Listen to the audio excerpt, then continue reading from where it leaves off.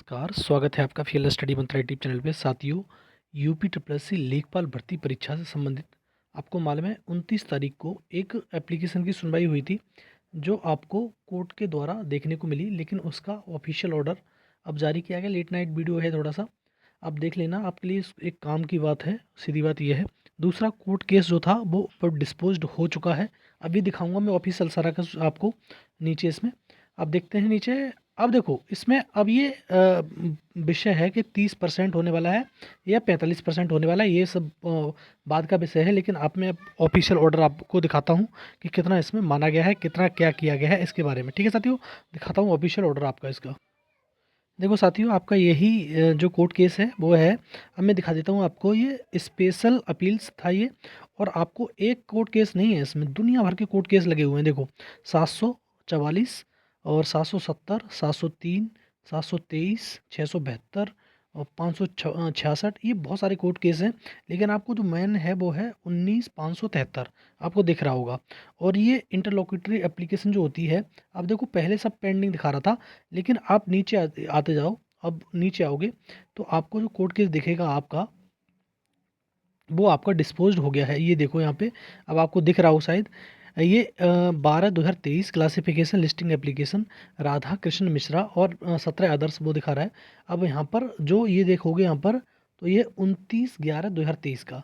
अब देखो यहाँ पर क्या दिखा रहा है, ये डिस्पोज दिखा रहा है। तो आपका जो कोर्ट केस था, जो लगी हुई थी लिस्टिंग एप्लीकेशन, वो डिस्पोज हो चुकी है। और आपका जो कोर्ट केस है वो भी फिक्स हो चुका है। ठीक है साथियों, मैं आपको दिखाता हूँ कोर्ट केस कहाँ फिक्स हुआ, किस नंबर पे। अब पहले देखो 22वें नंबर पे लिस्ट हुआ था ये, मतलब 22 नंबर, सॉरी 22 दिसंबर को लिस्टिंग हुआ था। 22 दिसंबर के हट के अब ये जो लिस्ट किया गया है, अब किया गया है 11 दिसंबर को।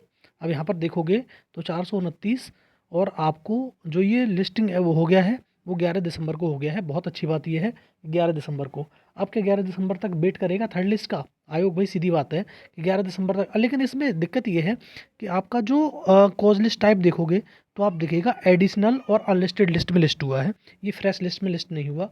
लेकिन फिर भी मान के चलो, आपका जो कोर्ट केस की सुनवाई है वो निश्चित तौर पर 11 तारीख को हो जाएगी, और कुछ ना कुछ इसके आउटकम निकल के आ जाएंगे, जो भी होगा। और एक चीज़ मैंने उस दिन भी बताया था आपको, फिर बता देता हूँ आपको, ये आयोग 99.99% जीतेगा।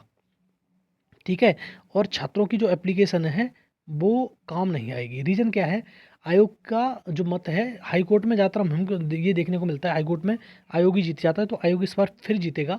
और देखना, आयोग जो उसका ऑप्शन दिया है, आयोग ने जो दिया है 45%, वो आयोग का ही ऑप्शन माना जाएगा।